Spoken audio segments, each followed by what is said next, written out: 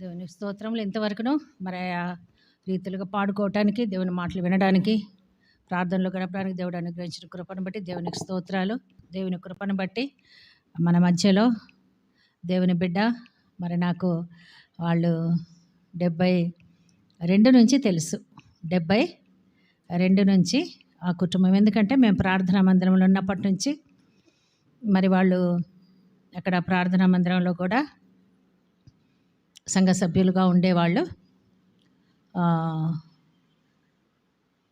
వారి తల్లి ఇక్కడ కూర్చున్న మరి రాజకమల్ గారి వారి యొక్క తల్లి విమలా ఎత్తల్ మేడం, అలాగనే వారి తండ్రి ఏడి ప్రసాద్ గారు, వారికి 4 కుమార్తెలు. తర్వాత వారి మదర్ విమలత లాంటి మమ్మల్ని బాగా, నన్ను కూడా చాలా ప్రేమగా చూసుకునేది. మా తల్లి చనిపోయినందుకు మమ్మల్ని ఇంటికి చాలాసార్లు ఆహ్వానించి భోజనం పెట్టేది. మరి ఆంటీ చాలా ప్రేమ కలిగిన వారు.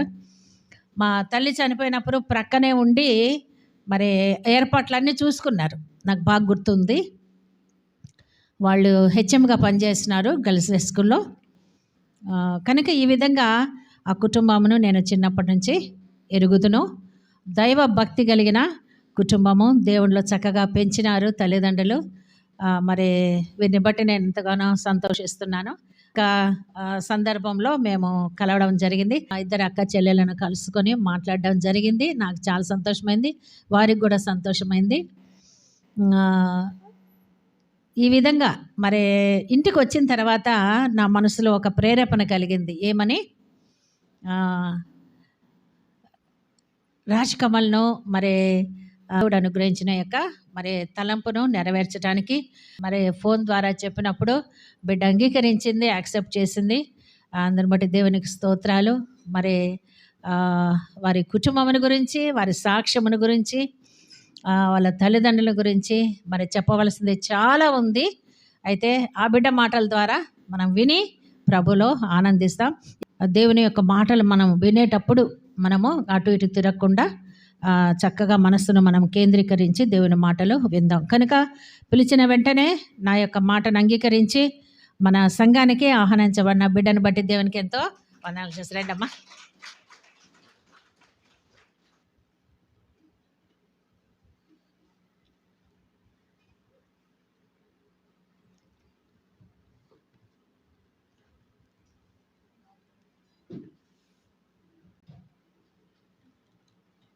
ప్రియమైన దేవుని సంగమం,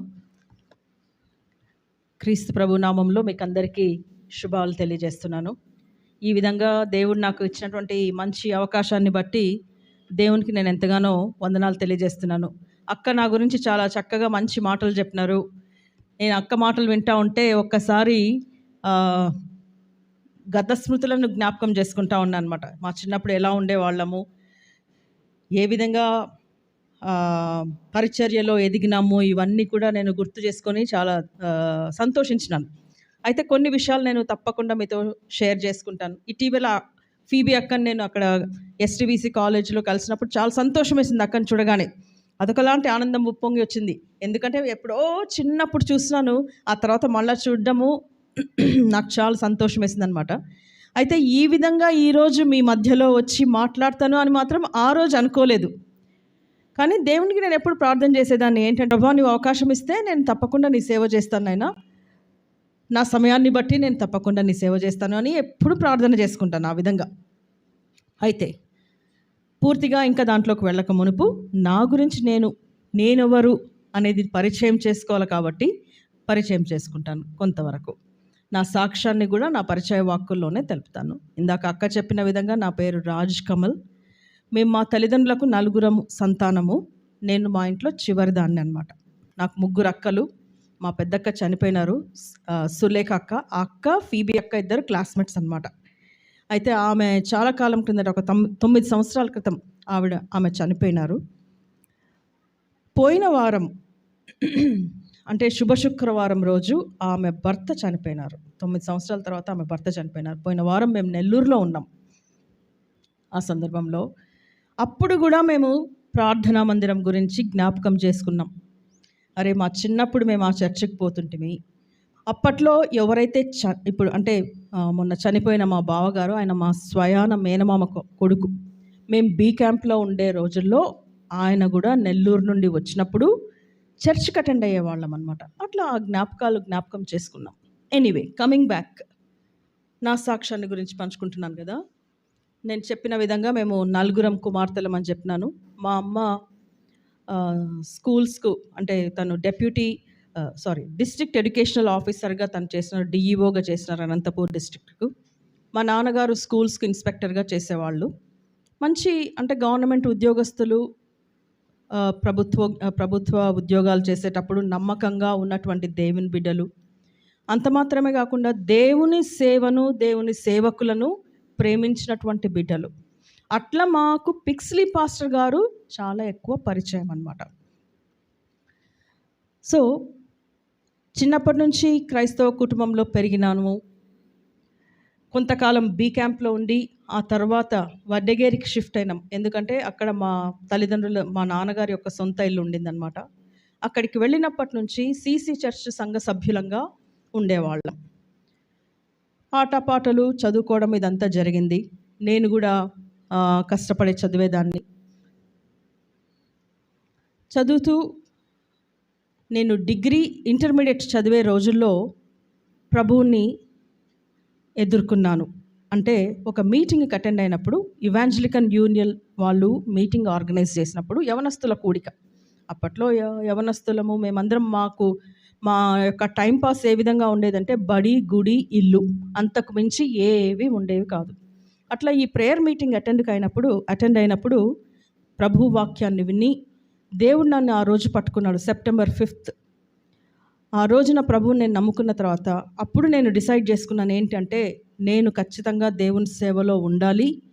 నేను స్వయంగా వెళ్ళి దేవుని సేవ చేయనప్పటికీ ఒక దేవుని సేవకుని వివాహమాడి తనతో పాటు పరిచర్యలో పాల్గొనాలి. ఉద్యోగం చేస్తూ పరిచర్యను పోషిస్తూ కుటుంబాన్ని చూసుకోవాలి అనేటువంటి కమిట్మెంట్ నాకు అప్పుడు ఇంటర్మీడియట్ డిగ్రీ చదివే రోజుల్లో. డిగ్రీ అయిపోయిన తర్వాత పోస్ట్ గ్రాడ్యుయేషన్ చేసినాను. ఎంఏ ఇంగ్లీష్ చేసినాను ఎస్కే యూనివర్సిటీలో. అది అయిపోయిన తర్వాత చదువు అయిన తర్వాత మేమిద్దరం కలిసి నాగాల్యాండ్కి వెళ్ళినాం. నాగాల్యాండ్లో పరిచర్య చేయాలి అని. అక్కడ బ్యాప్టిస్ట్ బైబిల్ కాలేజ్లో ఆయన ఓల్డ్ టెస్ట్ ఎవరబ్బా చర్చ్లో కీబోర్డ్ ఎవరన్నా ప్లే చేస్తున్నారా, ఇంత చక్కటి మాధుర్యమైనటువంటి స్వరము దేవుని పాటలు వినబడుతున్నాయి అని చెప్పి అనుకుంటే అక్కడ వెళ్ళి చూస్తే ఏంటంటే అందరూ పాటలు పాడుతున్నారు. జనాలందరూ కూర్చొని పాటలు పాడుతున్నారు. ఎవ్వరేమి ఇన్స్ట్రుమెంట్ ప్లే చేయటం లేదు. కానీ వాళ్ళు పాడే విధానం ఆ విధంగా ఉండిందనమాట. ఎంత చక్కగా గొప్పగా పాటలు పాడేవాళ్ళంటే నిజంగా చాలా ఆశ్చర్యం వేసింది. కొంతకాలం అక్కడ ఉన్నాము. కొంతకాలం అక్కడ ఉన్న తర్వాత ఈలోగా మా మామగారు చనిపోవడం వలన మేము మళ్ళీ తిరిగి ఇటు ఆంధ్రప్రదేశ్కి వచ్చేసినాం. ఆంధ్రప్రదేశ్కి వచ్చిన తర్వాత నెక్స్ట్ హైదరాబాద్ దగ్గర శంషాబాద్లో మెననైట్ బైబిల్ కాలేజ్ ఉందన్నమాట. మెననైట్ బైబిల్ కాలేజ్లో సేవ చేసినాం. అక్కడ బైబిల్ కాలేజ్లో తను ఓల్డ్ టెస్ట్మెంట్ టీచ్ చేసేవాళ్ళు. నేను మాత్రం అప్పుడు నాకు నా పెద్ద బిడ్డ పుట్టినప్పుడు ఆ టైంలో 1993లో సో పాపన్ స్టడీస్లోనే ఓల్డ్ టెస్ట్మెంట్లో పిహెచ్డి చేయాలనేటువంటి ఆశ కలిగినప్పుడు తను బెంగళూరు వెళ్ళినారు. నేను కూడా కొంతకాలానికి బెంగళూరు వెళ్ళినాను. ఆ తర్వాత మాకు రెండో అమ్మాయి జన్మించింది 1996లో. నాకు 2 కుమార్తెలు. నా పెద్ద కుమార్తె పేరు నీతి. ఇద్దరు కూడా ప్రస్తుతం ఇప్పుడు చాలా పెద్ద పిల్లలు. నా చిన్న కుమార్తె న్యాయకు వివాహమైంది.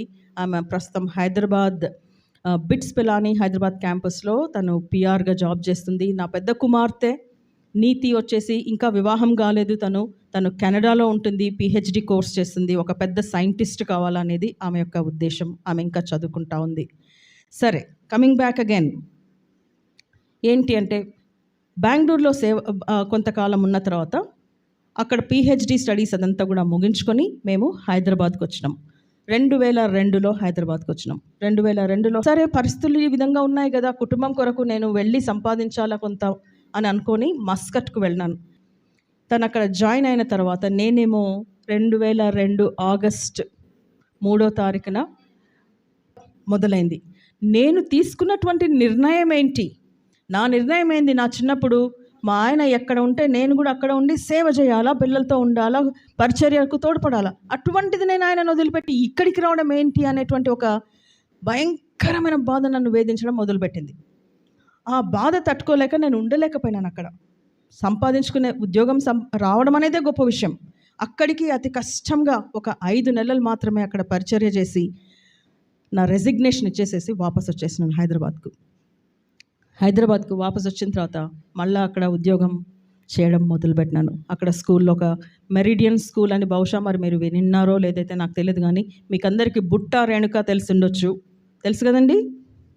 తెలుసా అండి? పేరు విన్నారా? బుట్టా రేణుక కర్నూలు ఆమె స్కూల్స్ ఉన్నాయన్నమాట. ఆమె స్కూల్లో నేను పనిచేసేదాన్ని. మా భర్త ఏసీటీసీ అంటే బైబిల్ కాలేజ్లో తను పరిచర్య చేసేవాళ్ళు. ఓల్డ్ టెస్ట్మెంట్ క్లాసెస్ తీసుకునేవాళ్ళు అనమాట. అంచెలంచెలుగా ఆ విధంగా పైకి ఎదుగుతూ వస్తున్న సమయంలో ఒక స్టేజ్కి వచ్చేసరికి ఆయన 2015లో ఏసీటీసీ కాలేజ్కు ప్రిన్సిపల్గా ఆయన దేవుడు ఆయనని ఏర్పాటు చేసినారు. 2015 నుండి 2017 వరకు ఏసీటీసీ బైబిల్ కాలేజ్లో ప్రిన్సిపల్గా చేసిన తర్వాత దేవుడు ఆయనకు ఇంకొక అత్యున్నతమైనటువంటి ప్రమోషన్ ఇచ్చినాడు. అది ఏంటి అని అంటే, ఇండియాలో ఉండేటువంటి ఈ బైబిల్ కాలేజెస్ అన్నీ, అంటే భారతదేశంలో ఉన్న బైబిల్ కాలేజెస్ ఇవన్నీ కూడా సెనెట్ ఆఫ్ సెరంపూర్ కలకత్తాలో దీనికి చెందినటువంటి యూనివర్సిటీ ఉందన్నమాట. ఆ యూనివర్సిటీలో ఒక మంచి ఉన్నతమైనటువంటి పొజిషన్ దేవుడు ఆయనకి ఇచ్చినారు. అయితే వాళ్ళ యొక్క హెడ్ ఆఫీస్ బెంగళూరులో ఉంటుందన్నమాట. సో బెంగళూరులో ఉన్నప్పుడు అప్పటికి నా బిడ్డలిద్దరు ఇంకా చదువుతూ ఉన్నారు. ఈయనకేమో అక్కడ ఉద్యోగం వచ్చింది. 2017లో ఉద్యోగం వచ్చింది, కానీ తప్పదు, వెళ్ళాలి. సరే అని చెప్పేసి తనేమన్నారంటే, ఫస్ట్ నేను వెళ్ళి అక్కడ నేను ఉద్యోగం చేసుకుంటాను అని చెప్పి అన్నారు. బెంగళూరు హెడ్ ఆఫీస్లో జాబ్ చేసుకునేవాళ్ళు. నేను ఇక్కడ హైదరాబాద్లో ఉంటూ, హైదరాబాద్లో 2002లో మెరిడియన్ స్కూల్లో జాయిన్ అయినాను. 2022 వరకు అక్కడనే ఉద్యోగం చేసినాను అనమాట. అక్కడ ఉంటూ పనిచేస్తున్నటువంటి సమయంలో మీకు అందరికీ తెలుసు కదా, 2021లో, అంతకంటే ముందు కూడా 2020లో అనుకుంటాను, కరోనా భయంకరంగా వచ్చింది. కరోనా రోజులు తెలుసండి మీకు? గుర్తున్నాయా? ఫస్ట్ లాక్డౌన్, తర్వాత first wave, second wave. First వేవ్లో భారతదేశంలో ఎక్కువ మంది చనిపోలేదు, కానీ వేరే దేశాల్లో భయంకరంగా చనిపోయినారు. అప్పుడు మన వాళ్ళందరూ చాలా సంతోషించినారు. మోడీ గారు కూడా అందరితో చప్పట్లు కొట్టించినారు. మిద్దె మీదకి ఎక్కి అంత కొట్టండి అని చెప్పి చెప్పినారు. రెండవ వేవ్ వచ్చినప్పుడు ఏమైపోయిందంటే, భయంకరమైన పరిస్థితులు భారతదేశంలో మొదలైనాయి. భారతదేశంలోనే కాదు, ప్రపంచమంతటా కూడా ఆ పరిస్థితులు అన్నమాట. మన కర్నూలులో కూడా ఫస్ట్ కర్నూలులో స్టార్ట్ అయింది. ఆంధ్రప్రదేశ్లో తెలిసినో లేదా మరి మీకు తెలుసండి? మీకు న్యూస్ విన్నారో లేదా నాకు గుర్తులేదు. మరి ఫస్ట్ అప్పట్లో ఉస్మానియా కాలేజ్ దగ్గర అక్కడ మొదలైంది కరోనా, కర్నూలులో. మేము అప్పుడు కర్నూలులో లేము. నేను హైదరాబాద్ 3, 4, 5 తారీఖులలో ఈయనకు కరోనా వచ్చింది. ఈ వ్యాధి సోకిందనమాట. వాళ్ళు అసలు యాక్చువల్గా వస్తాయి, ఎందుకు రావు? మనం కూడా మనుషులమే కదా. ఏప్రిల్ 13వ తారీఖున తను హాస్పిటల్కు వెళ్ళి చూపించుకొని అదంతా 4వ తారీఖు, నాకు ఏప్రిల్ మాసం 4వ తారీఖు, నాకు ఏప్రిల్ మాసం అంటేనే చాలా భయం అవుతుంది. ఈ పాత తలంపులన్నీ గుర్తొస్తుంటాయి. ఏప్రిల్ 14వ తారీఖున ఇన్ఫర్మేషన్ రాగానే వెంటనే బయలుదేరి వెళ్ళిపోయినాను బెంగళూరుకు. నేను ఒక్కదాన్నే. ఆ రోజుల్లో ప్రయాణం చేద్దామంటే బస్సులు సరిగా ఉండేవి కాదు. లాక్డౌన్ మీకు తెలుసు కదా. షాప్స్ టైంకి తెరవరు, బస్సులు లేవు, ప్రయాణానికి చాలా ఇబ్బంది, రైళ్ల సౌకర్యం కానీ ఇవన్నీ కూడా ఏమీ లేవు. అయినప్పటికీ ఫ్రెండ్స్ మాకు కొందరు వెహికల్ని ఆర్గనైజ్ చేసి నేను వెళ్ళేటట్లు ఏర్పాటు చేసినారు. నేను ఎందుకు మొదటగా వెళ్ళినానంటే, సెట్ అయిపోతుంది, హాస్పిటల్ అడ్మిట్ అయినారు, ఆక్సిజన్ ఉంది, అంత మెడిసిన్స్ అవి ఇస్తారులే, బాగవుతారన్న ఉద్దేశంతో వెళ్ళినాను. వెళ్ళిన తర్వాత తను ఏ హాస్పిటల్ అయితే ఉన్నారో ఆ హాస్పిటల్కు దరిదాపుల్లోనే దగ్గరలోనే ఒక చిన్న హోటల్లో అకామిడేషన్ తీసుకొని నేను ఒక్కదాన్నే ఉన్నానన్నమాట. అప్పటికే అడ్మిట్ అయిపోయినారు హాస్పిటల్లో. నేను వెళ్ళి చూద్దామా అంటే డాక్టర్లు లోపలికి రానివ్వరు, మనల్ని లోపలికి పోనీయరు, మనల్ని చూడనివ్వరు. ఆయనను చూడాలని ఆశ. నా ఫ్రెండ్కి పంపించినాను. మా ఫ్రెండ్ ఒక అమ్మాయి, తను కార్డియాలజిస్ట్, వైజాగ్లో పనిచేస్తుంది. ఆమెకు పంపించినప్పుడు ఆమె నన్ను ఒక ప్రశ్న ఎవరన్నా ఉన్నారా అనింది. ఏం అట్లా మాట్లాడుతున్నావు అన్న. నువ్వు ఫస్ట్ నేను అడిగిన ప్రశ్నకు జవాబు చెప్పు అనింది. నేను ఒక్కదాన్నే ఉన్నాను. ఇమ్మీడియట్గా నీ పిల్లల్ని రమ్మని చెప్పు, పరిస్థితి బాగలేదు. మా వంతు ప్రయత్నం మేము ఏప్రిల్ 23, 2021 ఆ రోజు రాత్రి అరౌండ్ 10 గంటలకు ఆ సమయంలో డాక్టర్స్ ఫోన్ చేసి మమ్మల్ని అర్జెంటుగా హాస్పిటల్కి వచ్చేయమన్నారు. అక్కడనే ఉన్నాం, పక్కనే వెళ్ళినాం. వెళ్ళిన తర్వాత అప్పుడు ఏమన్నారంటే, ఇప్పుడు వెళ్ళి మీ ఆయనను చూడడానికి మీకు పర్మిషన్ ఇస్తాము అన్నారు. అప్పటికే దాదాపు అంతా అయిపోయిందండి.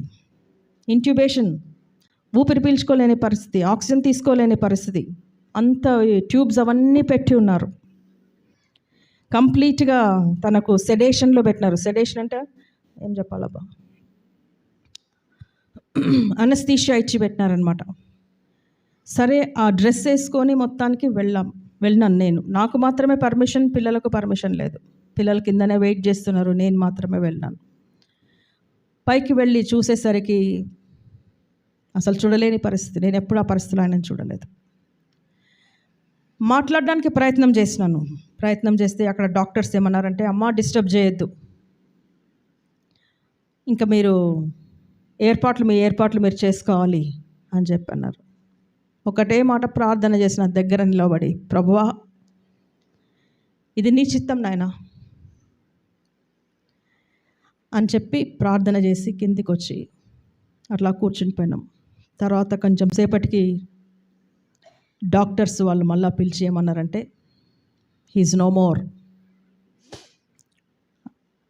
భయంకరమైన పరిస్థితులండి. మమ్మల్ని ఓదార్చడానికి ఎవ్వరు లేరు, బంధువులు రావడానికి లేరు, తోబుట్టువులు రావడానికి లేదు.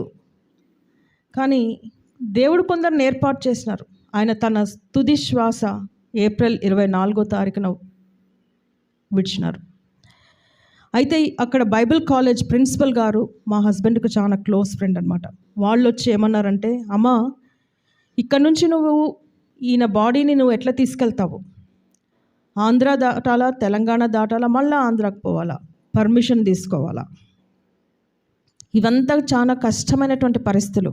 అక్కడనే ఏదన్నా ఒక సమాధి ఏర్పాటు చేస్తే మేము ఇక్కడ మ్యాక్సిమం ట్రై చేస్తాం బాగా చేయడానికి అని చెప్పి అన్నారు. అన్నప్పుడు సరే అని చెప్పి మా బంధువులతో అందరితో మాట్లాడి అక్కడనే భూస్థాపన చేయడానికి డిసైడ్ చేసుకున్నాం అన్నమాట. పిల్లలు కూడా తట్టుకోలేని పరిస్థితి అది. సరే, ఇవన్నీ నిర్ణయాలు తీసుకున్న తర్వాత మంచి ఒక చక్కటి శవపేటికను తయారు చేసినారు యూటీసీ ప్రిన్సిపల్ గారు. తర్వాత అక్కడ ఒక పాస్టర్ గారు, దేవుని దయ వలన మా హస్బెండ్ వాళ్ళ ఫ్రెండ్స్ ఒక 2-3 వాళ్ళు కూడా దేవుని సేవ చేస్తున్నారు అక్కడ. చాప్లెన్గా ఒక అతను బెంగళూరు బ్యాప్టిస్ట్ హాస్పిటల్లో, ఇంకొక 2 దేవుని సేవకులు వాళ్ళు వచ్చినారు.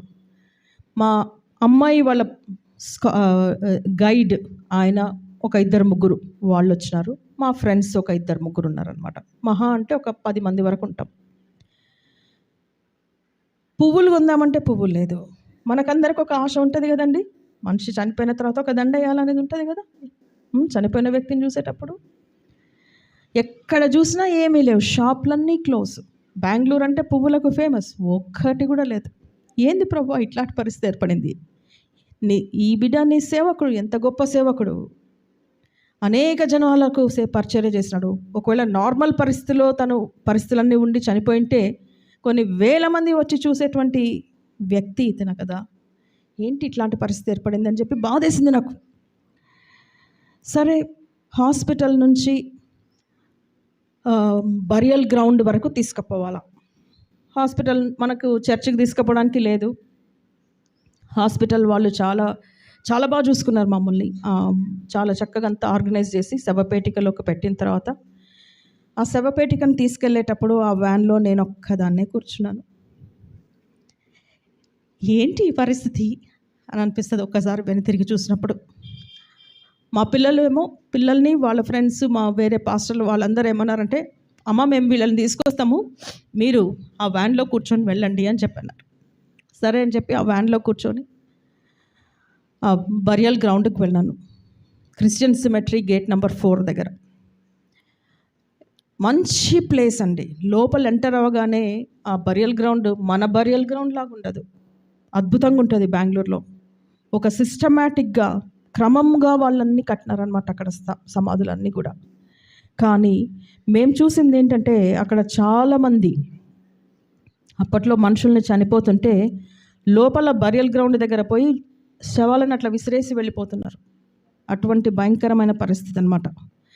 కానీ ఆ పరిస్థితిలో చక్కగా నీట్గా శవపేటికని లోపలికి తీసుకుని వచ్చి క్రైస్తవ క్రమములో మర్యాదగా భూస్థాపన కార్యక్రమాన్ని జరిపించడానికి దేవుడు అవకాశం ఇచ్చినాడు. అదంతా కూడా లైవ్ టెలికాస్ట్ చేసినాము. మేం కాదు చేసింది, మా హిందూ ఫ్రెండ్స్ ఎవరైతే మమ్మల్ని పలకరించడానికి వచ్చినారో వాళ్ళంతా అక్కడ పెట్టి ప్రతి ఒక్కళ్ళు మెసేజ్లు పెట్టడమే, అమ్మ మాకు చూపించండి మాకు చూపించండి అని. అట్లా లైవ్ టెలికాస్ట్ చేసినప్పుడు కొన్ని వేల మంది చూడగలిగినారు. సరే మేమందరం ఆ పీపీఈ కిట్ వేసుకోవాలన్నమాట. వేసుకొని బరియల్ అయింది. పెట్టెను దించడానికి మనుషులు ఎక్కువ మంది లేరు. మీరు చెప్తే నమ్మరండి, నేను నా కుమార్తెలు మేమందరం కూడా ముందుకు వెళ్ళి పెట్టెను దించడానికి ప్రయత్నం చేసినాం. ఈలోగా ఒక అద్భుత కార్యం ఏంటంటే, అక్కడ ఒక స్త్రీ కొంతమంది యవనస్తులను పెట్టుకొని ఎవరైతే వచ్చి అక్కడ శవములను వదిలిపెట్టిపోతున్నారో వాళ్ళ కొరకు గుంత తవ్విచ్చి పూజ చేస్తున్నారు. గొప్ప సేవ చేస్తుందాం అక్కడ. ఆమె మా పరిస్థితి చూసి పరిగెత్తుకొని వచ్చింది.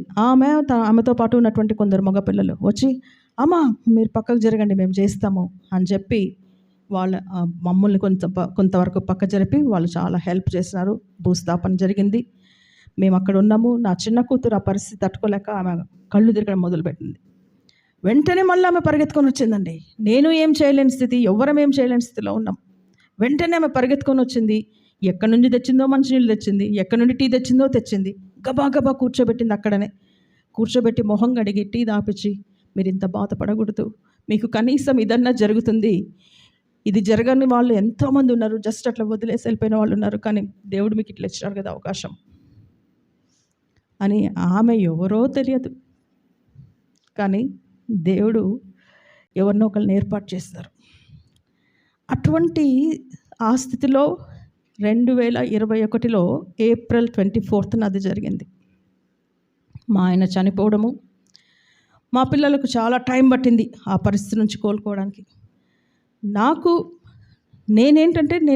నేను బయటపడను చాలా వరకు. నేను ఒకటే నమ్ముతాను, ప్రభువు నాలో ఉన్నాడు, ఆయననే బలం ఇచ్చేవాడు, ఆయననే ధైర్యం ఇచ్చేవాడు. ఆయనకు మించిన ధైర్యవంతుడు ఇంకొకరు లేరు. నాలో ఉన్నవాడు ప్రపంచంలో ఉన్న వాళ్ళందరికన్నా ధైర్యవంతుడే, ప్రపంచంలో ఉన్న వాళ్ళందరికన్నా బలవంతుడే అనేటువంటి ఒక గొప్ప నమ్మకము చిన్నప్పటి నుంచి క్రైస్తవ కుటుంబంలో పెరిగినాం కాబట్టి, క్రైస్తవ విశ్వాసంలో పెరిగినాం కాబట్టి, ప్రభువుని నా స్వరక్షకునిగా నేను నమ్ముకున్నాను కాబట్టి ఆ ధైర్యం దేవుడే ఇచ్చినాడు. సరే, మొత్తానికి ఈలోగా బెంగళూరు నుంచి తన వస్తువులు అవన్నీ షిఫ్ట్ చేసేసి హైదరాబాద్కి వెళ్ళిపోయినాం. మా పెద్ద కూతురికి కెనడాకి వెళ్ళడానికి వీసా వచ్చింది. 2021 డిసెంబర్లో తను కెనడాకి వెళ్ళిపోయింది. చిన్నమ్మాయికి ఉద్యోగం వచ్చింది, ఆమె బెంగళూరుకి వెళ్ళాల్సి వచ్చింది. నాకేమో ఉద్యోగం హైదరాబాద్లో ఉంది. మంచి ఉద్యోగం, దేవుడు టాప్ పొజిషన్లో పెట్టినాడు. మా పిల్లలు వెళ్ళిపోయిన తర్వాత వాళ్ళు ప్రతిరోజు నాకు ఫోన్ చేసేవాళ్ళు, మమ్మీ నువ్వు ఒక్కదానివే ఉన్నావు కదా, నీకు ఏమైనా కష్టం వస్తే ఎవరున్నారు నేను చూసుకోవడానికి. ఒకరోజైతే ఫోన్ చేసినప్పుడు, మమ్మీ నువ్వు బాగానే ఉన్నావా? వాళ్ళకి పిల్లలకు ప్రతిరోజు ఒక డౌట్, అమ్మ బ్రతికుందా లేదా. ఎందుకంటే ఒక అమ్మాయి కెనడాలో ఉంది, ఇంకొక అమ్మాయి బెంగళూరులో ఉంది. తల్లి ఒక్కరితే ఉంది కదా, బిడ్డలిద్దరికీ ఎప్పుడు అదే వాళ్ళకు మైండ్లో ఉండేది. సైకలాజికల్గా వాళ్ళు చాలా డిప్రెస్ అయిపోయినారు. అప్పుడు నేను ఒక నిర్ణయం తీసుకున్నాను. ఏంటి అని అంటే, నా ఉద్యోగానికి నేను రాజీనామా చేసి నా ప్రజల మధ్యకు నేను వెళ్తాను. కర్నూలుకి వెళ్తాను. మా అక్క వాళ్ళు ఉన్నారు, నా తోబుట్టువులు ఉన్నారు, నా సంఘం ఉంది, అంతకన్నా మించినది. మా ఇంటి ఎదురుగానే చర్చ్, ఇంక అంతకు మించినది నాకు ఏం కావాలా అని చెప్పి నా ఉద్యోగానికి రాజీనామా చేసి కర్నూలుకి షిఫ్ట్ అయినా. 2023లో 1 సంవత్సరం కంటిన్యూ చేసి 2023లో కర్నూలుకు షిఫ్ట్ అయ్యి, ఇంకా నేను ఉద్యోగం చేయకూడదని అనుకున్నాను. చాలా ఇంతవరకు చేసినాను. ప్రైవేట్ ఉద్యోగమే, నాకు గవర్నమెంట్ ఉద్యోగం కాదండి. నేను గవర్నమెంట్ ఉద్యోగానికి ప్రయత్నమే చేయలేదు. ఎందుకనంటే నా భర్త దైవ సేవకుడు, ఆయన ఎక్కడుంటే నేను అక్కడ ఉండాలి. గవర్నమెంట్ సేవ చేస్తున్నాను అనుకోండి, మళ్ళీ అక్కడనే ఉండిపోవాల్సి వస్తుంది, కష్టమవుతుంది, ఇబ్బంది అవుతుంది అని చెప్పి. అది కాకుండా దేవుని సేవకుల పిల్లల్ని పెంచడం ఒక ఛాలెంజ్. ఇందాక అక్క చెప్పినారు కదా ఒక మాట, ఏంటంటే పాస్టర్ గారు ఒంటరి అయిపోయినా కూడా వీళ్ళందరూ కూడా క్రైస్తవ విశ్వాసంలో ఉన్నారు, క్రైస్తవ డిసిప్లిన్లో పెరిగినారు. అది చాలా చాలా అవసరం. దేవుని సేవకుల పిల్లలు మరి ముఖ్యంగా, ఇక్కడ దేవుని సేవకులు ఉన్నారు కదా, మన పిల్లలని క్రైస్తవ క్రమశిక్షణలో పెంచాలి. ప్రపంచంలో అనేక అట్రాక్షన్స్ ఉంటాయి, కానీ వాటి వైపు పోకుండా క్రైస్తవ క్రమశిక్షణలో పెంచే బాధ్యత తల్లిదండ్రులది. పాస్టర్ గారు దేవుని సేవ కొరకని వెళ్ళిపోతారు, కానీ పిల్లల్ని చూసుకోవాల్సిన బాధ్యత తల్లిది. అక్క వాళ్ళ గృహంలో తల్లి లేనప్పటికీ నాకు నాకు చాలా బాగా గుర్తుంది. అక్క ఎంతగా చూసుకునేదంటే బ్రదర్స్ అందరినీ కూడా చాలా ప్రేమతో చూసుకునేవాళ్ళు. అందరూ ఒకే మాట మీద నిలబడేవాళ్ళు.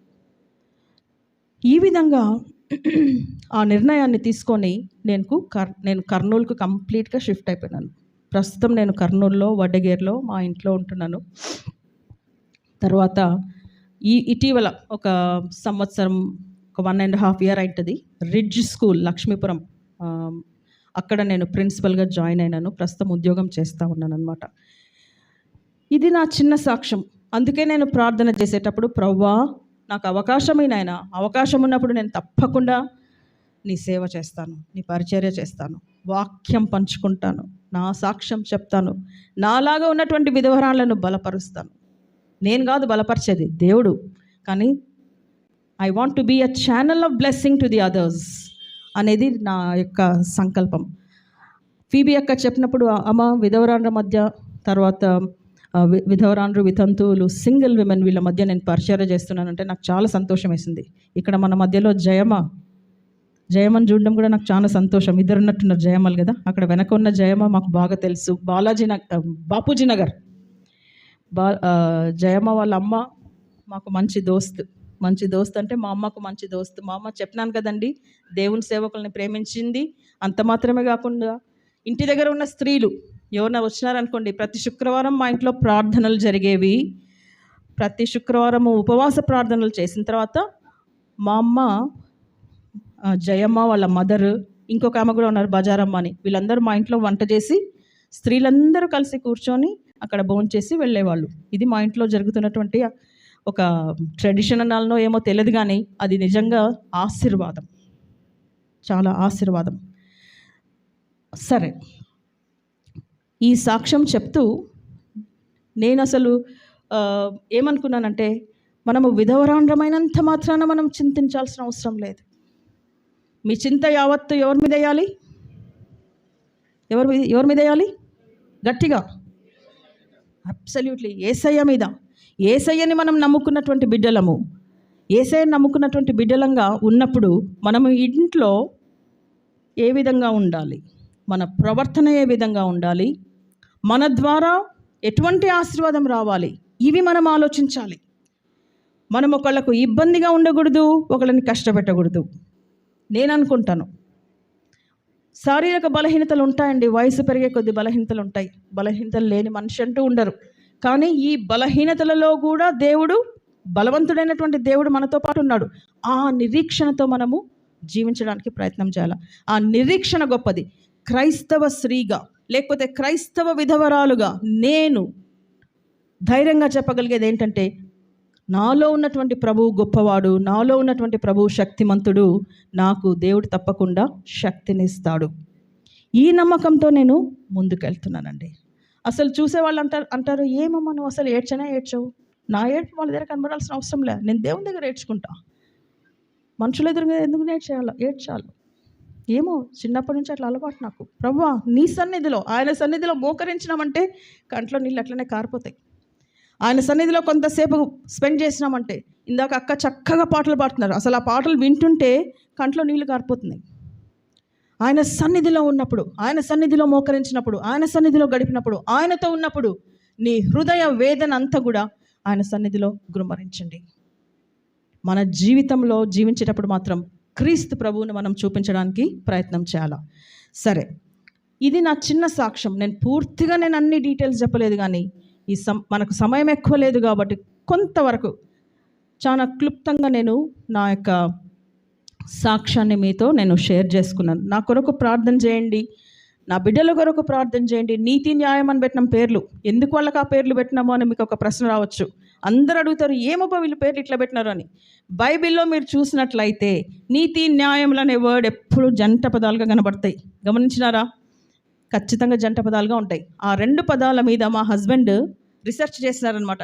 ఏంటి ఈ పదాలు 2 బైబిల్లో ఈ విధంగా జంట పదాల్లాగా వచ్చినాయి, వీటి అర్థం ఏంటి అని చెప్పి తను MTHలో థీసిస్ ఈ 2 పదాల మీద ఉండింది. అయితే మాకు పెద్ద బిడ్డ పుట్టినప్పుడు మేము అనుకున్నాం కూతురికి ఏం పేరు పెడితే బాగుంటుంది అని ఆలోచిస్తున్న సమయంలో అప్పుడు దేవుడు మాకు ఇచ్చినట్టు ఈ తలంపు, నీతి అనే పేరు పెడదాం. పెద్ద బిడ్డ పేరు పెట్టిన తర్వాత చిన్న బిడ్డ పుట్టింది. చిన్న బిడ్డకు న్యాయ అని పెట్టినాం. ఎవ్వరు పెట్టారు న్యాయ అనే పేరు?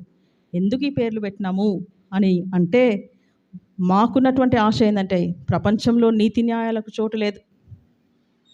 అట్లీస్ట్ ఆ పేర్లు తలుచుకున్నప్పుడన్నా నీతి న్యాయము ఈ విధంగా మనము జీవించాలి అని మనల్ని మనం గుర్తు చేసుకోవడానికి ఆ పేర్లు పెట్టినాం మా పిల్లలకు. అదనమాట. చక్కటి పేర్లు దేవుడిచ్చినటువంటి ఆ తలంపు. నీతి న్యాయాల కొరకు ప్రార్థన చేయండి. న్యాయకు వివాహమైంది, నీతికి ఇంకా వివాహం కాలేదు, కానీ దేవుని చిత్తమైతే త్వరలోనే ఆమె వివాహం అవుతుంది. తర్వాత ఆమె PhD చేస్తుంది, త్వరలో తనకు డాక్టరేట్ వస్తుంది. ప్రార్థన చేయండి. జూలైలో నేను కెనడాకు వెళ్ళవలసి ఉంది, ఎందుకంటే నా బిడ్డ నా నీతి ఆమె PhD అయిపోతుందన్నమాట. అయిపోతున్న టైంలో లాస్ట్లో వాళ్ళకు వైవా అనే ఒకటి ఉంటుంది. ప్రశ్నలు వేసినప్పుడు తను డిఫెన్స్ చేసి జవాబులు కరెక్ట్గా చెప్పినట్లయితే ఆమెకు డాక్టరేట్ వస్తుంది. డాక్టరేట్ అంటే డాక్టర్ అనేటువంటి ఒక టైటిల్ ఆమెకు వస్తుంది అనమాట. సైంటిస్ట్గా తను చేస్తుంది. తను ప్రార్థన చేయండి. ఆ స్టడీస్ కూడా పూర్తిగా అన్నీ సజావుగా జరిగే విధంగా. దేవుని చిత్తమైతే నేను కూడా కెనడాకు వెళ్ళి నా బిడ్డ యొక్క సంతోషంలో పార్టిసిపేట్ చేయాలి. మా ఆశ, తల్లిదండ్రులంగా మాకు ఆ ఆశ ఉండేది. వాళ్ళ నాన్నకు ఎక్కువ ఆశ ఉండేది, నా కూతురుకు డాక్టరేట్ అనేటువంటి టైటిల్ రావాలా, ఉన్నతమైన పొజిషన్లో ఉండాలని. దేవుడు అంచెలంచెలుగా వారి మమ్మల్ని ఆశీర్వదిస్తున్నాడు. అంత మాత్రమే కాకుండా వారి యొక్క చదువును కూడా దేవుడు ఆశీర్వదిస్తున్నాడు. రైట్.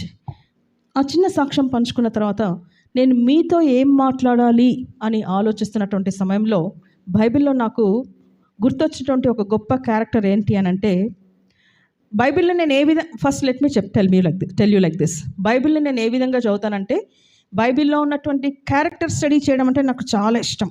క్యారెక్టర్ స్టడీ అంటే ఒక పర్టికులర్ వ్యక్తి, ఉదాహరణకు దావీదు గురించి తీసుకుందాం. దావీదు ఎటువంటి వ్యక్తి, ఆయనకున్నటువంటి మంచి లక్షణాలు ఏంటి, ఆయనలో ఉన్నటువంటి పొరపాట్లు ఏంటి, ఇందాక పాస్టర్ గారు చాలా చక్కగా చెప్పినారు కదా. అట్లా ఒక్కొక్క వ్యక్తి గురించి క్యారెక్టర్ స్టడీ చేయడం అనేది నాకు చాలా ఇష్టం. అట్లా చదివినట్లయితే మైండ్లో ప్రింట్ అయిపోతుంది అనమాట. అక్క ఇందాక చెప్పినారు ఏమని అంటే, భవిష్యత్తులో బైబిల్స్ ఉంటాయో లేవో అన్నప్పుడు భయం అనిపిస్తుంది, నిజంగా భయం వేస్తుంది.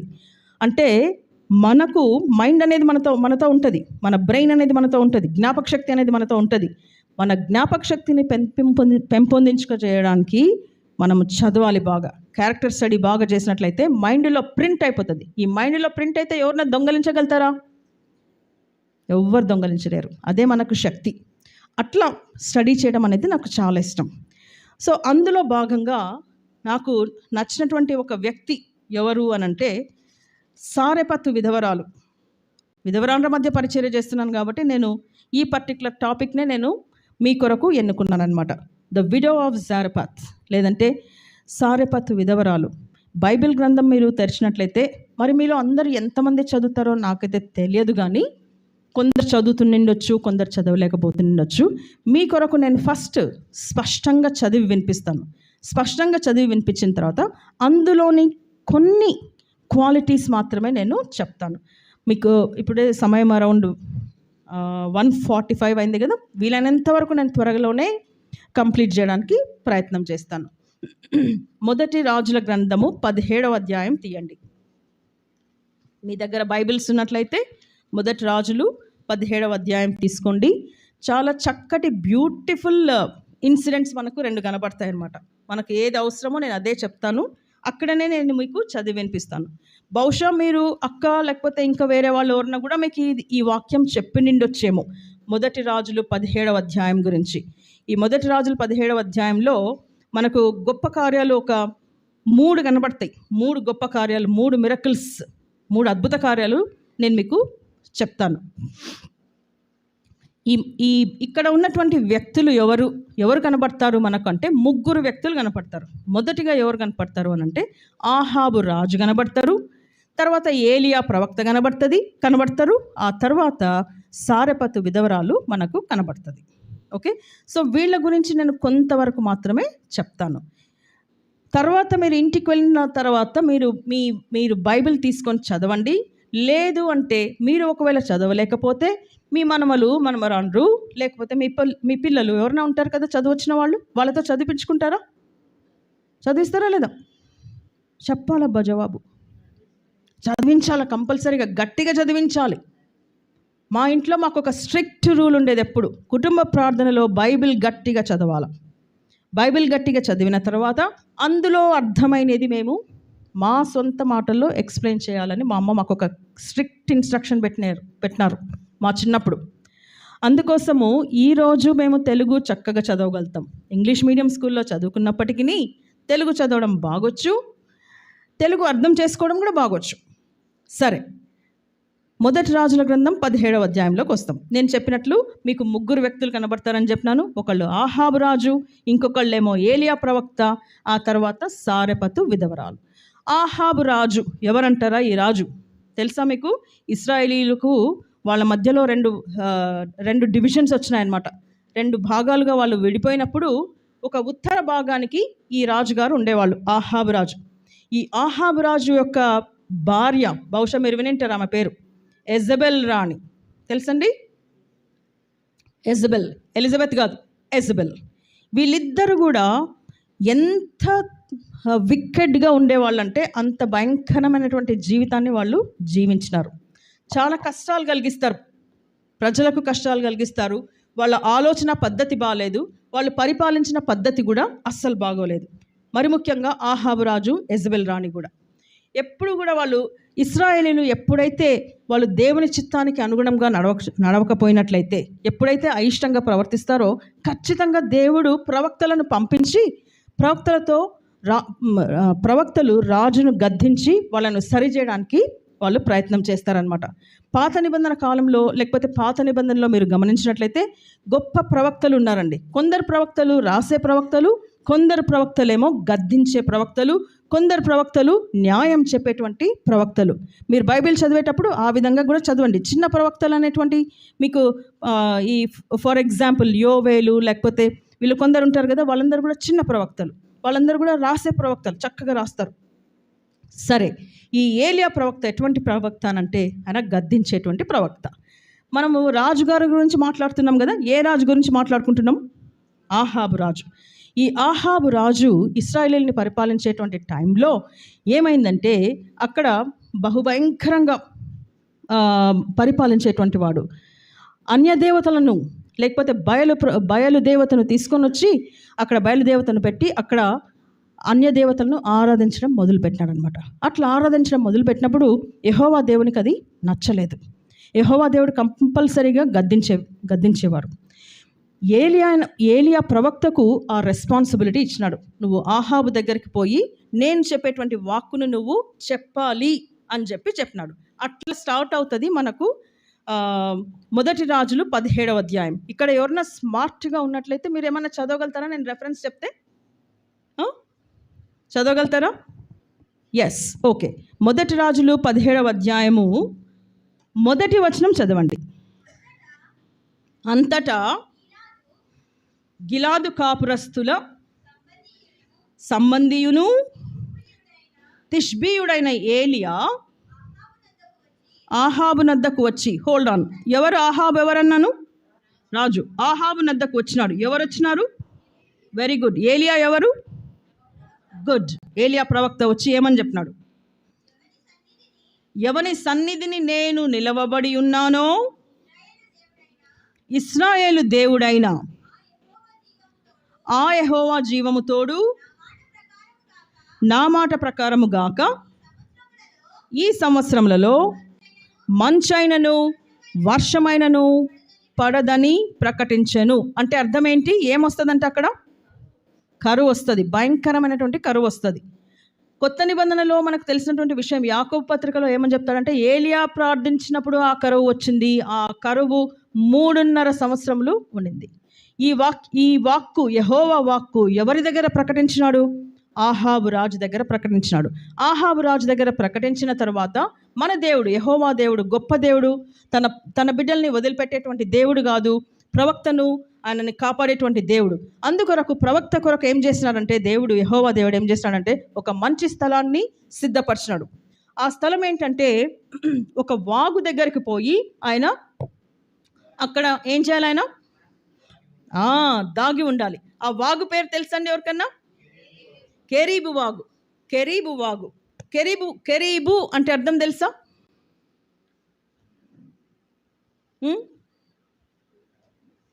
కెరీబు అంటే కట్ ఆఫ్. కెరీబు అంటే కట్ ఆఫ్.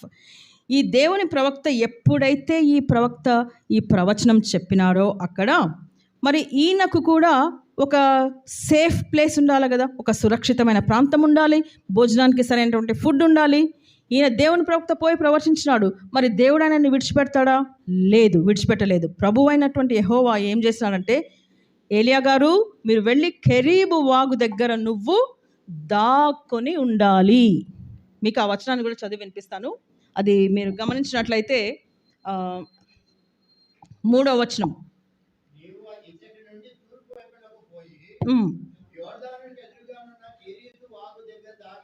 రైట్, యోర్దానుకు ఎదురుగానున్న కెరీతు వాగు దగ్గర దాగి ఉండము. కెరీతు వాగు దగ్గర నువ్వు దాగి ఉండాలి. ఈ కెరీతు అనేటువంటి ఈ నది కూడా చాలా వెరీ వాగు, brook, it's also very interesting place అన్నమాట. సరే, మొత్తానికి అక్కడ ఆ ప్లేస్ దగ్గరికి వెళ్ళి ఆ వాగు దగ్గర ఆయన దాక్కున్నాడు. వాగు అనగానే మనకందరికీ తెలుసు అక్కడ ఏముంటాయి? నీళ్లు ఉంటాయి. కంపల్సరీగా నీళ్ళు అనేది చాలా అవసరం. యెహోవా దేవుడు ఒక గొప్ప కార్యాన్ని జరిగించినాడు. ఏంటి అంటే, ఏలియా ప్రవక్త దాక్కుని ఉండేటువంటి ప్లేస్లో అక్కడ ఎవ్వరు వంట చేసి పెట్టడానికి మీరు లేరు, నేను లేను. మరేం చేసినాడు తెలుసా? యెహోవా దేవుడు ఒక గొప్ప కార్యం చేసినాడు. కాకోలానికి ఒక రెస్పాన్సిబిలిటీ ఇచ్చినాడు. ఏంటి ఆ రెస్పాన్సిబిలిటీ అంటే, ప్రతిరోజు కూడా ఆహారము తీసుకువెళ్ళాలి. ఏం ఆహారం తీసుకువెళ్ళాలి? రొట్టె, మాంసం. ఎన్నిసార్లు తీసుకెళ్ళాలి? ఉదయం ఒకసారి, సాయంత్రం ఒకసారి. ఎన్ని పూటల భోజనం? ఎక్సలెంట్. యెహోవా దేవుడు ప్రవక్త కొరకు ఇవన్నీ ఏర్పాటు చేశాడు. ఆ కెరీతు వాగు దగ్గర ఆయన ఉంటూ ఆ వాగులోని నీరు తాగుతూ కాకులు తెచ్చేటువంటి ఆహారాన్ని తింటూ ఆయన టైంని స్పెండ్ చేస్తూ ఉన్నాడు అనమాట. అందరికీ దూరంగా ఉన్నాడు. ఈ కట్ ఆఫ్ టైం అనేది మనకు కూడా అవసరం. దేవునిలో బలపడడానికి ఈ పరిస్థితులు చాలా అవసరం. మన బలహీనతలలో దేవుడు మనతో ఉంటాడు అని నువ్వు రియలైజ్ కావాలంటే కంపల్సరీగా ఇటువంటి అనుభవం మన జీవితాల్లో కూడా ఉండాలి. దేవుడు మనల్ని విడిచిపెట్టడు.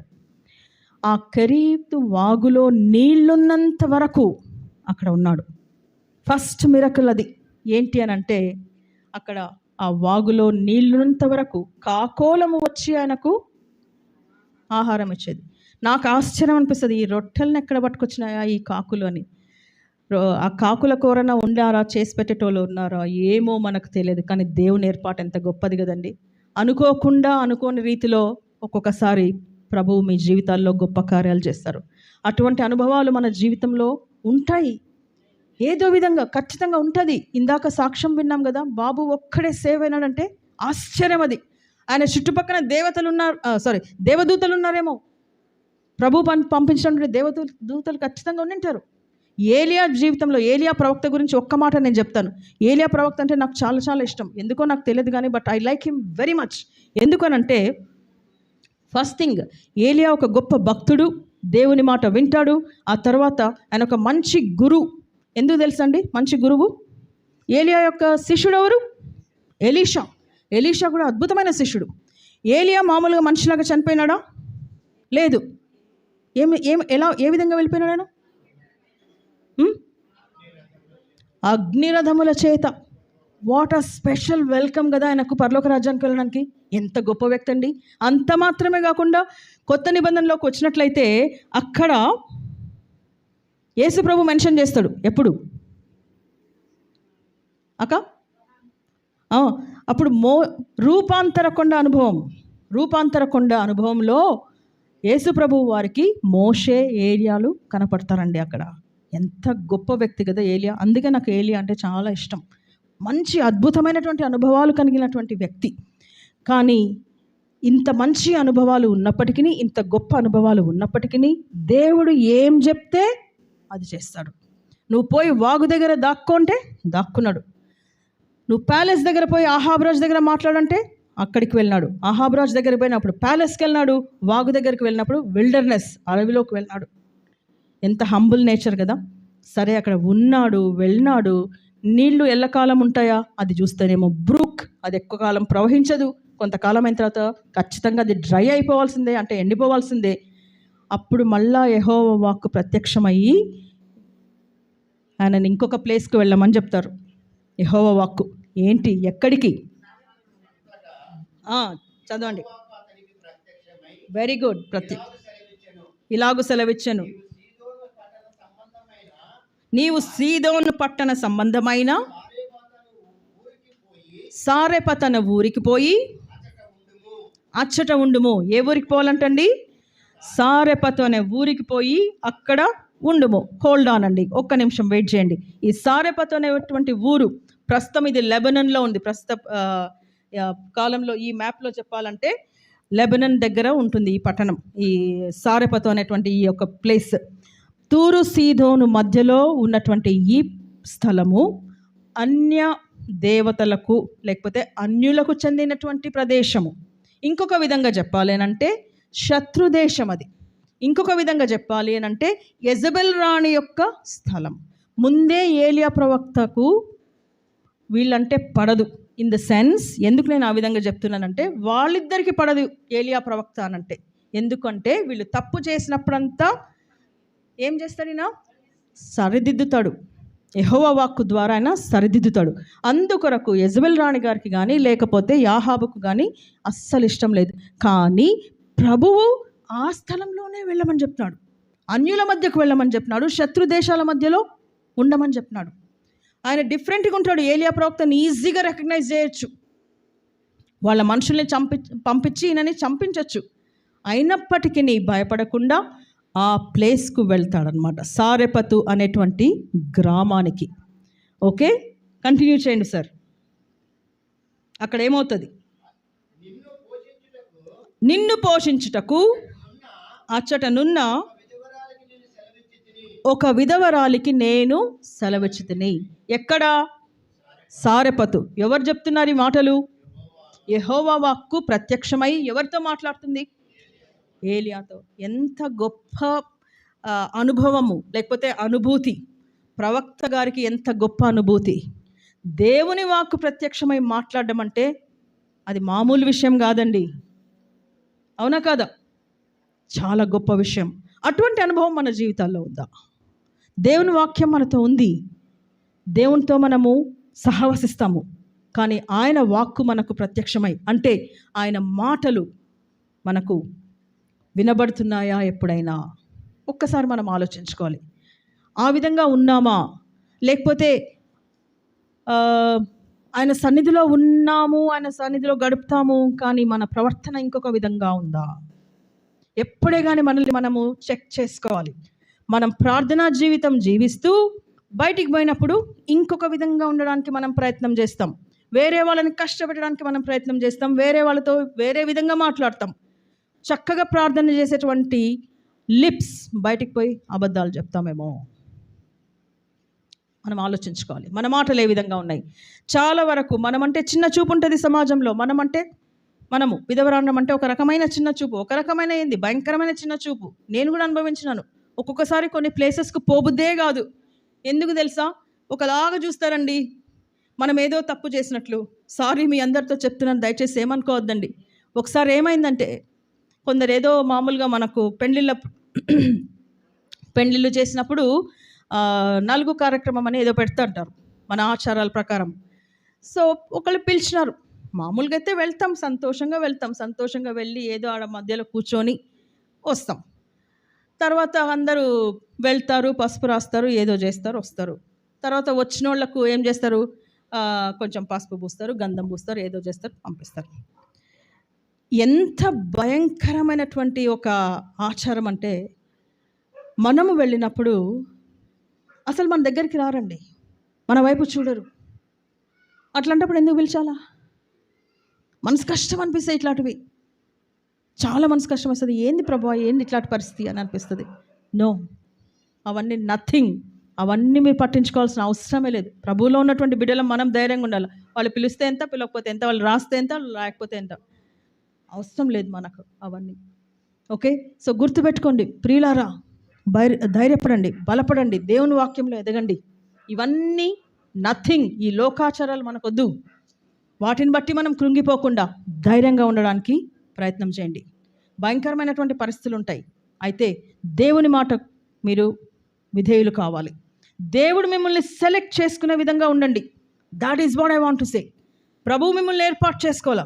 ఏలియా ప్రవక్తను దేవుడు ఎవరి దగ్గరికి వెళ్ళమన్నాడంటే ఒక విధవరాల దగ్గరికి వెళ్ళమన్నాడు. ఆ రిచ్ పర్సన్ దగ్గరికి పోని చెప్పలే, లేకపోతే అన్ని బాగా ఉన్నటువంటి ప్లేస్ దగ్గరికి పోమని చెప్పలేదు. ఒక విధవరాల దగ్గరికి వెళ్ళమన్నాడు. ఆ విధవరాలి పరిస్థితి ఏ విధంగా ఉందంటే, అక్కడికి ఎంటర్ అయినప్పుడు ఏం చేస్తుందండి ఆమె?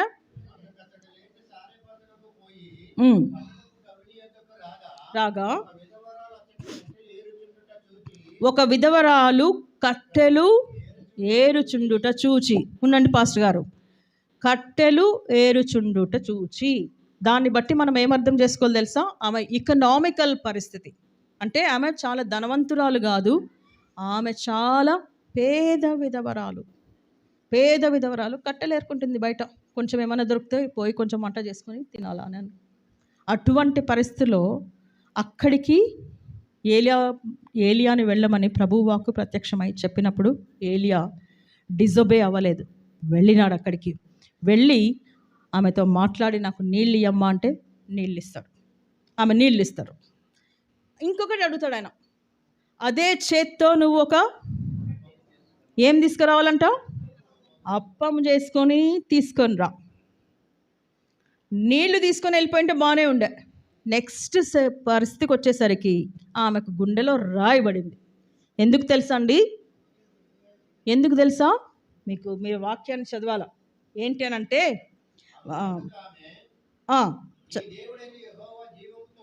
రైట్, నీ దేవుడైన యెహోవా జీవం తోడు, తొట్టిలో పట్టెడు పిండి. పట్టెడు పిండి అంటే జస్ట్ ఒక పిడికిటి అనమాట, హ్యాండ్ఫుల్.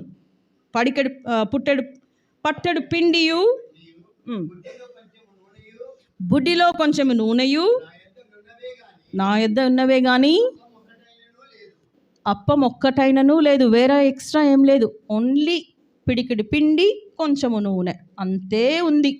ఇంకా మేము చావక ముందు నేను ఇంటికి పోయి వాటిని నాకును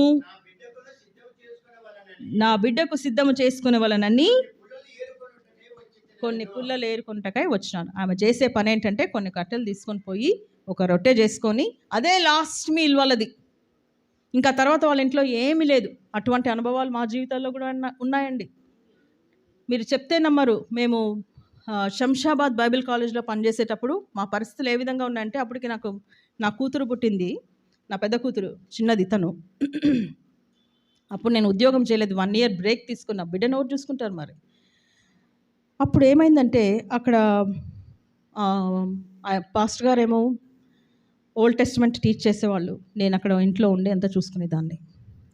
నెమ్మదిగా మాకు జీతాలు ఆగిపోయినాయి. ఎవరిని అడుగుతాము? తల్లిదండ్రులను అడగలేము. అడగాలంటే ఒకలాంటి ఏమంటారు, ఇష్టం ఉండదు. వాళ్ళని ఎందుకు కష్టపెట్టాలలే, మనకు పెండ్లైంది, మన తిప్పలేవో మనం పడదాము అనేటువంటి పరిస్థితి అనమాట. ఎవరిని అడగలేదు, ఏం చేయలేదు. ఇంట్లో ఏముండేవి కాదు. ఒక్కొక్కసారి అనుకోని విధంగా దేవుడు ఎవరి ద్వారానో సహాయం చేసేవాళ్ళు. అటువంటి పరిస్థితులు కూడా ఎదుర్కొన్నాం. ఈరోజు ఈ విధంగా ఉన్నాము అనంటే గతంలో ఆయన చిత్తం, కరెక్ట్, ఆయన చిత్తం, ప్రభు చిత్తం. ఈరోజు ఈ విధంగా ఉన్నామంటే ఆయన చిత్తం. ఇట్ డజంట్ మీన్ దట్ మాకు బిటర్ ఎక్స్పీరియన్సెస్ లేవనడానికి లేదు, ఉన్నాయి.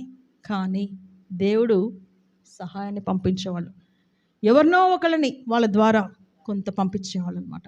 అప్పుడు కొంతకాలం అయిన తర్వాత నేనేమనుకున్నానంటే, ఇది పద్ధతి కాదు, ఏదో ఒక పని చేయాలా, నేను పోయి పని చేయాలా అని చెప్పి అనుకొని అప్పుడు మళ్ళీ నేను ఉద్యోగం చేయడం మొదలుపెట్టినానండి. ఇటువంటి కష్టాలు ప్రతి దైవ సేవకుని జీవితంలో ఉంటాయి.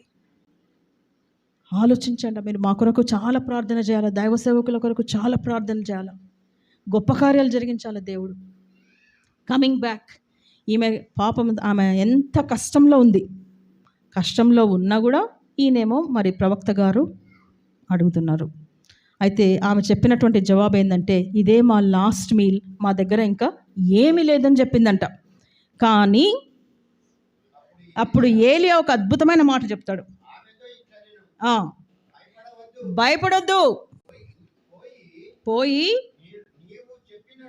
నీవు చెప్పినట్లు చేయుము. అయితే ఆ, ఓకే అండి, ఓకే అండి, ఓకే అండి, ఇక్కడ వెయిట్ చేయండి. భయపడొద్దు. దేనికి? నీ దగ్గర కొంచెమే పిండి ఉంది, కొంచెమే నూనె ఉంది అని నువ్వేం భయపడాల్సిన అవసరం లేదు. You go first. ఆమె ఒబే అయిందా? ఒబే అయింది కంపల్సరీగా. వెళ్ళింది ధైర్యంతో. అసలు యాక్చువల్లీ ధైర్యమే లేదు, గుండె జారిపోయింది ఆమెకు. అరే ఏం లేదు, ఈయనకు చేసి పెట్టానంటే నా కొడుకుకు నేను పెట్టలేను. ఓకే, నేను చనిపోయినా పర్వాలేదు, కానీ నా కొడుకు చనిపోతే ఎట్లా అనే బాధ ఉండదా తల్లికి? ఖచ్చితంగా ఉంటుంది కదా. మరి ఎవరో వ్యక్తికి నేను చేసి పెట్టడం ఏంటి అనే బాధ కంపల్సరీగా ఉంటుంది. అది ఆలోచించి ప్రవక్త ఏమన్నాడంటే, నువ్వేం భయపడాల్సిన అవసరం లేదు, నువ్వు వెళ్ళు, పోయి చేసి ఫస్ట్ ఎవరికి పెట్టాలి? నాకు పెట్టు. నాకంటే ఎవరు? దేవుని సేవకులు. దేవుని సేవకులకు మనము పెట్టాలి. దేవుని పేరు మీద వచ్చిన వాళ్లకు ఒక ఏమంటారు, కొంచెము చన్నీళ్ళు ఇచ్చినా కూడా అది ప్రతిఫలం వస్తుంది కంపల్సరీగా. మొట్టమొదటిగా దేవుని సేవకులు. పోమ్మా, వెళ్ళు, చెయ్యమ్మా అన్నప్పుడు ఆమె ఏం చేసిందంటే, తర్వాత నీకు నీ బిడ్డకు చేసుకో, ఫస్ట్ నువ్వైతే నాకు చేసి పెట్టు అని చెప్పినారు. యా, భూమి మీద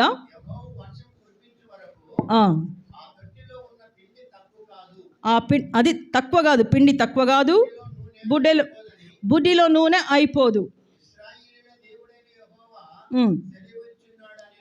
వెరీ గుడ్. మీరు బైబిల్స్లో మీరు అది కంపల్సరీగా మీరు అండర్లైన్ చేసుకోవాలి. ఆయనకి ఈ దేవుని వాక్కు ప్రత్యక్షమై ఎంత కాన్ఫిడెన్స్ చూడండి. నువ్వు వెళ్ళి నువ్వు చెయ్యమ్మా, నువ్వు భయపడవద్దు. నీ దగ్గర ఉన్నటువంటి పిండి నూనె ఎప్పటి వరకు అయిపోవు? వర్షం ఆగిపోయేంత వరకా?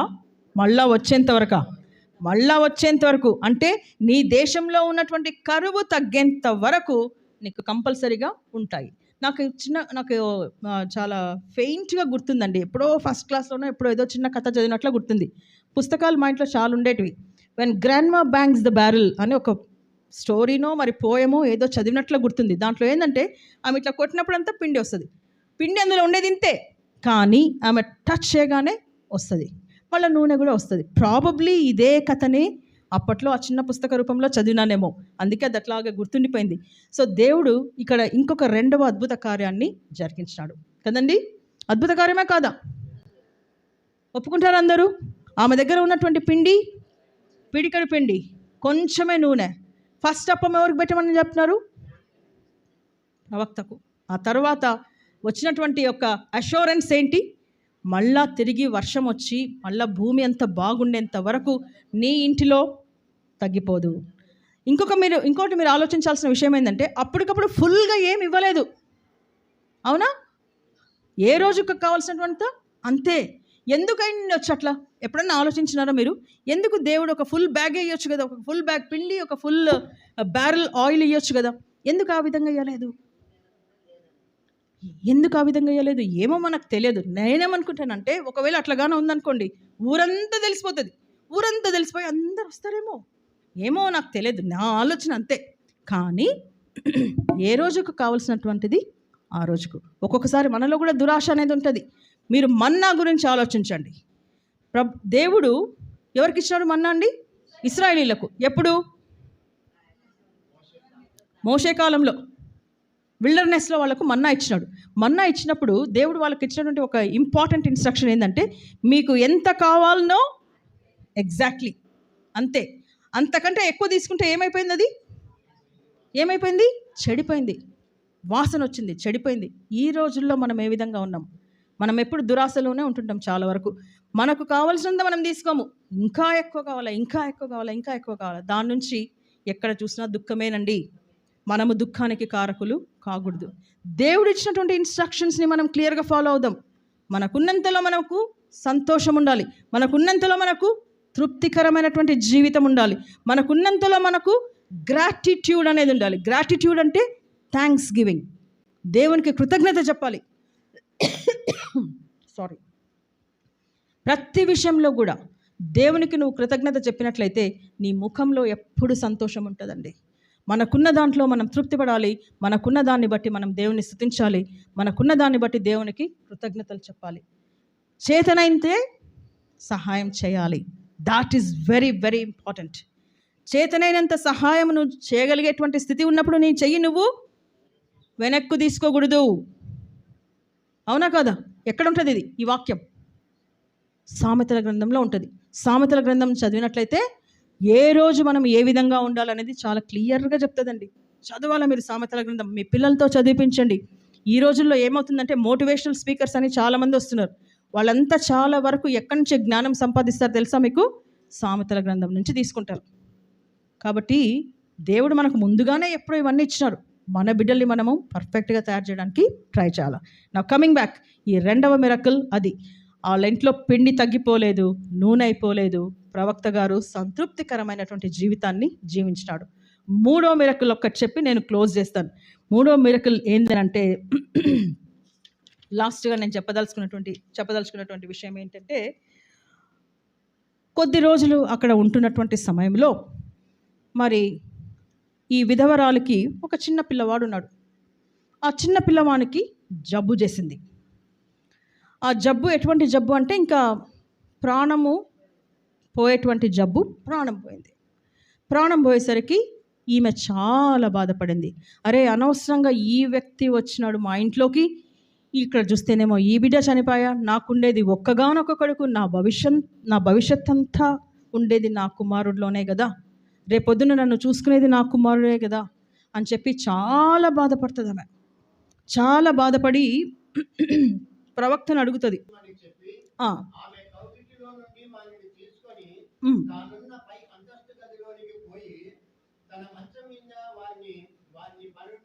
చాలండి. పాపం చాలా బాధపడుతుంది. ఏంటి, నేను ఈ ప్రవక్తకు స్థలం ఇచ్చిన తర్వాత, ఈయనకు కొంత ఇచ్చిన హెల్ప్ చేసిన తర్వాత నా కుమారునికి ఈ విధంగా అయిపోయిందని చాలా బాధపడుతుంది. బాధపడినప్పుడు ప్రవక్త మొహం చాటేయలేదు. ఆయన కూడా చాలా బాధపడతాడు. ఆమె బాధతో ఏకీభవిస్తాడు. ఎంత మంచి ప్రవక్త, ఎంత మంచి మనస్సు ఉన్నటువంటి ప్రవక్త. అప్పుడు ఏమన్నాడంటే, నిస్సహాయ స్థితిలో ఆయన కూడా ఏం చేయలేడు. యాక్చువల్గా చెప్పాలంటే ఆయన చేయగలిగిందంతా ఏంటంటే, అమ్మా నీ కుమారుణ్ణి అని చెప్పి కుమారుణ్ణి తీసుకొని, మేబీ చిన్న పిల్లవాడేమో, ఆ పిల్లవాడిని ఎత్తుకొని ఎక్కడికి వెళ్ళినాడు? ఎగ్జాక్ట్లీ ఎక్కడికి వెళ్ళినాడండి? మేడగది అనే వర్డ్ ఉందా మీ బైబిల్లో? మేడగది అని ఇక్కడ ఉందా? చూడండి, పై అంతస్తు అంటే మేడనే, కానీ మేడగదే ఇది. మేడగది అనుభవం. మా చిన్నప్పుడు చిన్న పుస్తకాలు వచ్చేవి. అక్క మీకు గుర్తుందో లేదో, మేడగది అని ఒక పుస్తకం వచ్చేది. మంచి ప్రేయర్ గురించి మాట్లాడుతూ ప్రతి అనుభవాలు భలే బ్యూటిఫుల్గా రాసేవాళ్ళు. ఈ రోజుల్లో అసలు ఆ పుస్తకమే లేదు, అది కనపడటమే లేదు. మళ్ళీ ఎవరైనా దాన్ని పునరుద్ధరిస్తే చాలా బాగుంటుంది. ఈ మేడగది అనుభవం.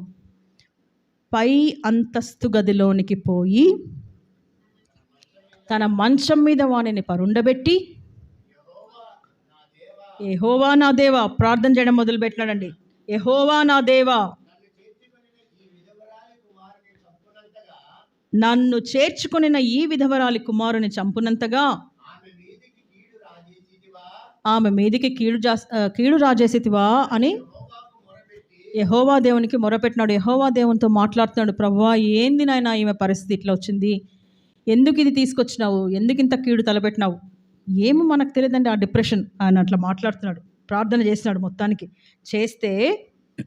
చేసిన తర్వాత ఆయన ఏం చేస్తున్నాడంటే, ముమ్మారు ఆ చిన్న వాని మీద ముమ్మారు తాను పారచాచుకొని, అంటే మరి మీరు గమనించినారో లేదో కానీ దాన్ని సైన్స్లో జనరలీ రీససిటేషన్ అంటారు. ఒక వ్యక్తి చనిపోతే లేకపోతే స్పృహ తప్పి పడిపోతే ఇమ్మీడియట్గా నోటి ద్వారా గాలిని ఊతారనమాట. ప్రాబబ్లీ ఆ విధంగా చేసినాడు. ప్రార్థన కూడా చేసినాడు.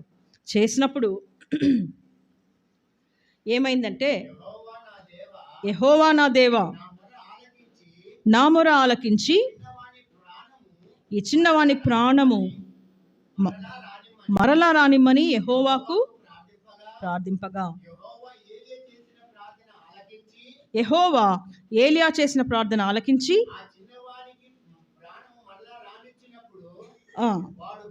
వాడు బ్రతికెను. ఆ చిన్నవాడికి మళ్ళా ప్రాణం వచ్చింది, మళ్ళా బ్రతికినాడు. బైబిల్లో రికార్డ్ అయినటువంటి ఫస్ట్ రెజరక్షన్, ఓల్డ్ టెస్ట్మెంట్లో రికార్డ్ అయినటువంటి ఫస్ట్ రెజరక్షన్ ఏంటంటే, ఈ చిన్న బాబు ఏలియా ప్రార్థన ద్వారా దేవుడు గొప్ప కార్యాన్ని చేసి ఆ బాబుకు మరలా ప్రాణం వచ్చే విధంగా చేసినాడు. అది మూడవ అద్భుతం అండి.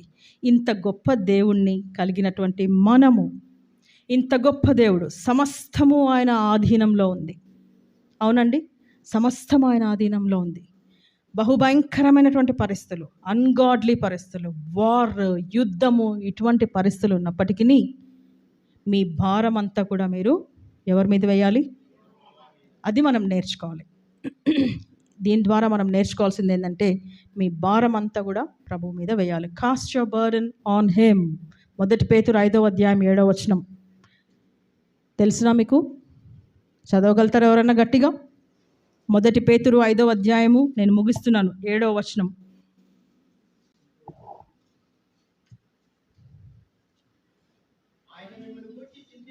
ఎగ్జాక్ట్లీ, ఆయన మిమ్మల్ని గూర్చి చింతించుచున్నాడు. ఆయన నన్ను గూర్చి, ఆయన రాజ్ కమల్ని గూర్చి చింతించుచున్నాడు. మీ పేరు కూడా అందులో పెట్టుకోవచ్చు. ఆయన మిమ్మల్ని గూర్చి చింతించుచున్నాడు కనుక మీరేం చేయాలి? ఎగ్జాక్ట్లీ, మీ చింత యావత్తు ఆయన మీద వేయుడి. అమ్మా, మీ చింత యావత్తు ఆయన మీద వేయండి.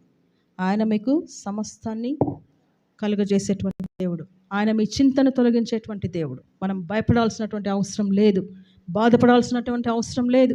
ఆయన సన్నిధిలో కన్నీరు కార్చండి. మీ చింత యావత్తు ఆయన మీద వేయండి.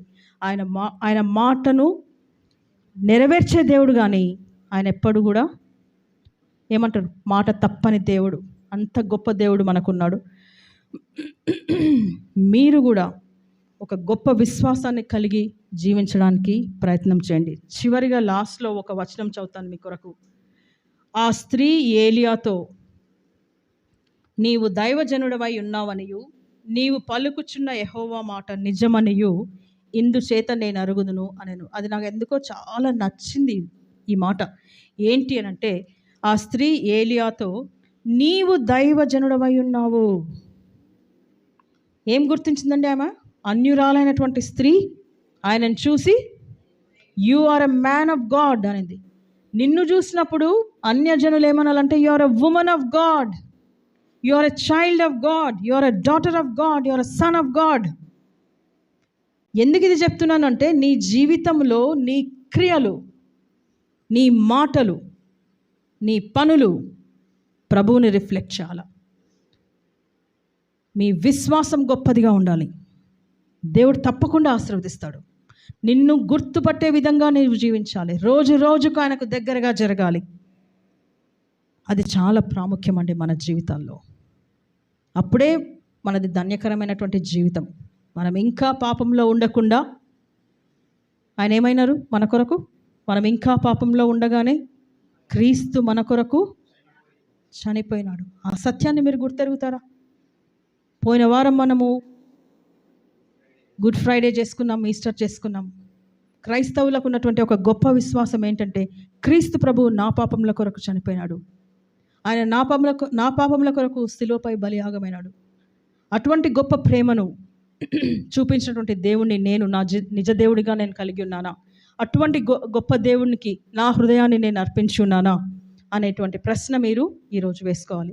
ఆ నిజ దేవుడు మీలో ఉన్నట్లయితే ఖచ్చితంగా ప్రజలు మిమ్మల్ని గుర్తుపడతారు. అంత మాత్రమే కాకుండా, నీవు పలుకుచున్న యెహోవా మాట నిజమని ఇందుచేత నేను ఎరుగుదును. నువ్వు పలుకుతున్నటువంటి మాట నిజమైన దేవుని మాట. నువ్వు పలుకుతున్నటువంటి మాటలు నిజ దేవుడి గురించి ఉన్నాయా?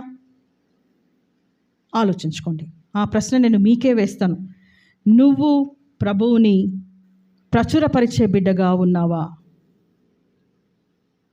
నీ జీవితం ఆ విధంగా ఉంటుందా? నీ సాక్ష్యం ఆ విధంగా ఉంటుందా? ఇవన్నీ మీరు ప్రశ్నించుకోవాలి. ఇంటికి వెళ్ళిన తర్వాత మీరు చేయాల్సిన చిన్న హోంవర్క్ అంటే ఏంటంటే, చదవగలిగే వాళ్ళు చదవండి, అర్థం చేసుకోండి. ఒకవేళ చదవడం కొంచెం కష్టం అనిపిస్తే మీ పిల్లల్ని లేకపోతే మీ మనవల్ని దగ్గర పెట్టుకొని కూర్చొని వాక్యాన్ని చదవండి. మళ్ళొకసారి ఈ చెప్పిన ఈ వాక్యపు సత్యాలు మళ్ళొకసారి గుర్తు చేసుకొని చదవాలని నా ఆశ. ప్రార్థన చేసుకుందాం.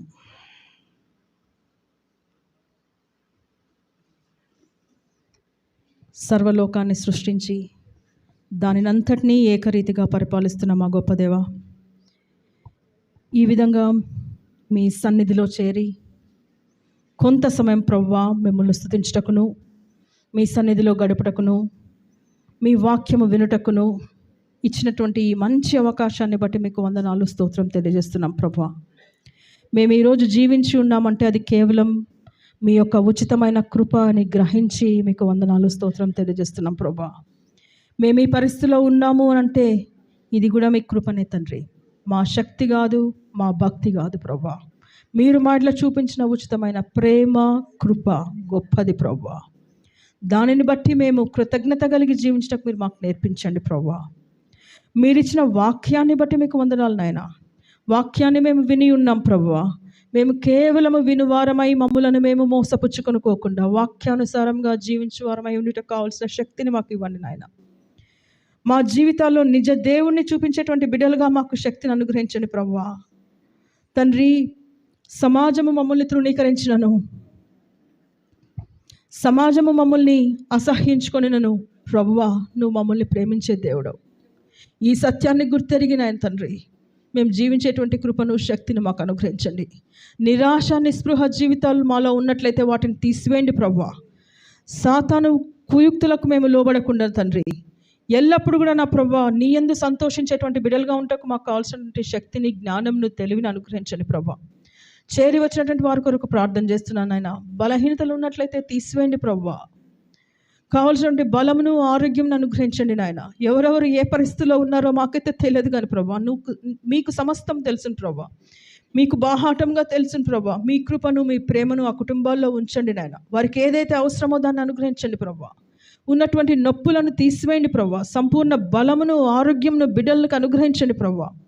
మీరు పొందినటువంటి దెబ్బల ద్వారా మాకు స్వస్థ కలుగుతున్నదని వాక్యంలో సెలవిచ్చినావు ప్రభా. నీ వాక్యాన్ని నా తండ్రి ఈ బిడ్డల జీవితాల్లో నెరవేర్చమని విషయంలో విజ్ఞాపన చేస్తున్నాను ఆయన. కనికరించండి, కృప చూపించండి ప్రభా. అదేవిధంగా నా ప్రభా ఫీబీ అక్క కొరకు ప్రార్థన చేస్తున్నాను. ఆమె చేస్తుంటే సేవ గొప్పది నాయన. ఆ బిడ్డను ఆశీర్వాదకరంగా ఉంచినందుకు మీకు వందనాలు స్తోత్రం నాయన. నా ప్రభా ఛానల్ ఆఫ్ బ్లెస్సింగ్గా ఉంచినందుకు మీకు వందనాలు స్తోత్రం నాయన. ఆమె పరిచర్యను మీరు దీవించండి, ఆశీర్వదించండి. ఇచ్చిన మంచి స్వరమును బట్టి మీకు వందనాలు స్తోత్రం ప్రభువా. ఇచ్చినటువంటి బలమును, శక్తిని బట్టి మీకు వందనాలు స్తోత్రం నాయన. పాస్టర్ గారి కొరకు, వారి యొక్క కుటుంబం కొరకు ప్రార్థన చేస్తున్నాను నాయన. వారి పరిచర్యను మీరు దీవించండి నాయన. ఇటువంటి గొప్ప పరిచర్య చేస్తుండగా నా ప్రభా బిడ్డలకు కావాల్సిన ధైర్యంను, బలంను అనుగ్రహించండి. ఎటువంటి ఒడిదుడుకులు వచ్చినప్పటికీ నా ప్రభా, ఎటువంటి శ్రమలు, ఎటువంటి కష్టాలు వచ్చినప్పటికీ నా ప్రభా, వాటికి బెండ్ కాకుండా నా తండ్రి నీ దగ్గర నుంచి శక్తి పొందుతూ ప్రభా, నీ కొరకు జీవిస్తూ నా తండ్రి కావాల్సినటువంటి శక్తి నా బిడ్డలకు అనుగ్రహించమని మీ సందులో విజ్ఞాపన చేస్తున్నాను ఆయన. కనికరించండి, కృప చూపించండి. మా మధ్యలో ఉన్నటువంటి యవన బిడ్డల్ని బట్టి మీకు వందనాలు స్తోత్రం నాయన. వారు చదువుకుంటుండగా వారికి కావాల్సిన జ్ఞానమును అనుగ్రహించండి. ఈ బిడ్డలందరూ కూడా నా ప్రభావ మనుషుల దయందును, దేవుని దయందును వృద్ధి చెందులాగా కృపను అనుగ్రహించండి. వచ్చిన దేవుని సేవకులను బట్టి మీకు వందనాలు ప్రభా. మీరు ఇచ్చినటువంటి ఆ గొప్ప ఆధిక్యతను బట్టి మీకు వందనాలు స్తోత్రం నాయన. అంతకు మించిన సేవ ఇంకొకటి లేదు ప్రభా. ఆ సత్యాన్ని గుర్తెరిగిన తండ్రి ధైర్యంగా వాక్యం చెప్పుటకు కావాల్సిన శక్తిని బిడ్డలకు అనుగ్రహించండి. మా ప్రపంచం కొరకు ప్రార్థన చేస్తున్నాం నాయన. నైజీరియాలో ప్రభా క్రైస్తవులు ఊచకోతకు గురవుతుండగా అక్కడ వారి కొరకు ప్రార్థన చేస్తున్నాం నాయన. యుద్ధములు భయంకరంగా ఉంటున్నాయి ప్రభా. ఇన్నోసెంట్ పీపుల్ ప్రభా చనిపోతుండగా తండ్రి సమాధానకర్త అయిన ప్రభువా సమాధానాన్ని అనుగ్రహించండి నాయన. మేము కూడా నా ప్రభా సమాధానంతో జీవించడానికి కావాల్సిన కృపను మాకు అనుగ్రహించండి ప్రభా.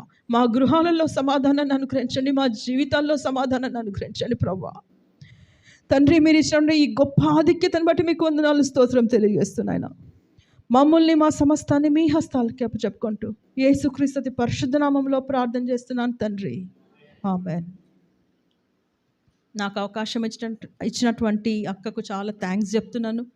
నన్ను క్షమించండి, నేనేమన్నా తెలుగులో కొన్ని పొరపాట్లు చేస్తూ నిండొచ్చు, దయతో నన్ను క్షమించండి. Thank you.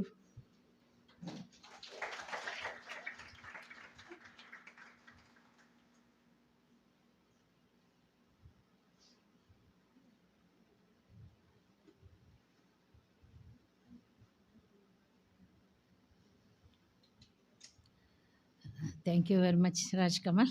Nice wonderful message. దేవునికి స్తోత్రాలు. మరి ఇది దేవుని చిత్తం, ఈ బిడ్డ ఈరోజు మన మధ్య ఉండడం కనుక నాకు అనుగ్రహించిన తలంపు, దేవుడు అనుగ్రహించిన తలంపు, మరి దాన్ని నేను సెకండ్ థాట్గా తీసుకొనకుండా, ఎందుకు లేని అనుకోనకుండా మరి నేను వెంటనే ఇన్వైట్ చేయడము, మరి తను కూడా అంగీకరించింది. అక్క నేను చాలా ఇష్టపడుతున్నాను రావడానికి అని చెప్పినారు. చాలా సంతోషం. మరి తన హస్బెండ్ చనిపోయినప్పుడు నాకు న్యూస్ వచ్చింది. యూట్యూబ్‌లో నేను చూసినప్పుడు అరే! ఇంత చిన్న వయసులో ఈ బిడ్డ ఎట్లా ఎదుర్కుంటది అని నేను కూడా కన్నీరు కార్చినాను. ఎట్లా తను భరిస్తుందని నేను చాలా చింతపడినాను. ఏమన్నా నేను కూడా అందరం కూడా అలా కలిసి దాని గురించి ఆలోచించుకున్నాం.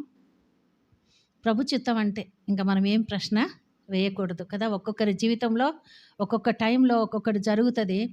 ఎందుకని మనము ప్రశ్నించకూడదు.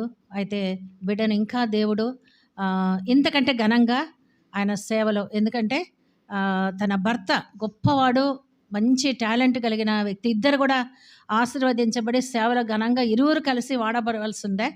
అయితే మరణం అనేది వేర్పాటు చేసి ఉండొచ్చు. కానీ ఆ బిడ్డకు దేవుడు ధైర్యం ఇచ్చినాడు, వాక్య జ్ఞానం ఇచ్చినాడు, దైవికమైన మరి శక్తిని ఇచ్చినాడు. తన ఒంటరిదే కాదు, దేవుడు తనకు తోడుగా ఉన్నాడు.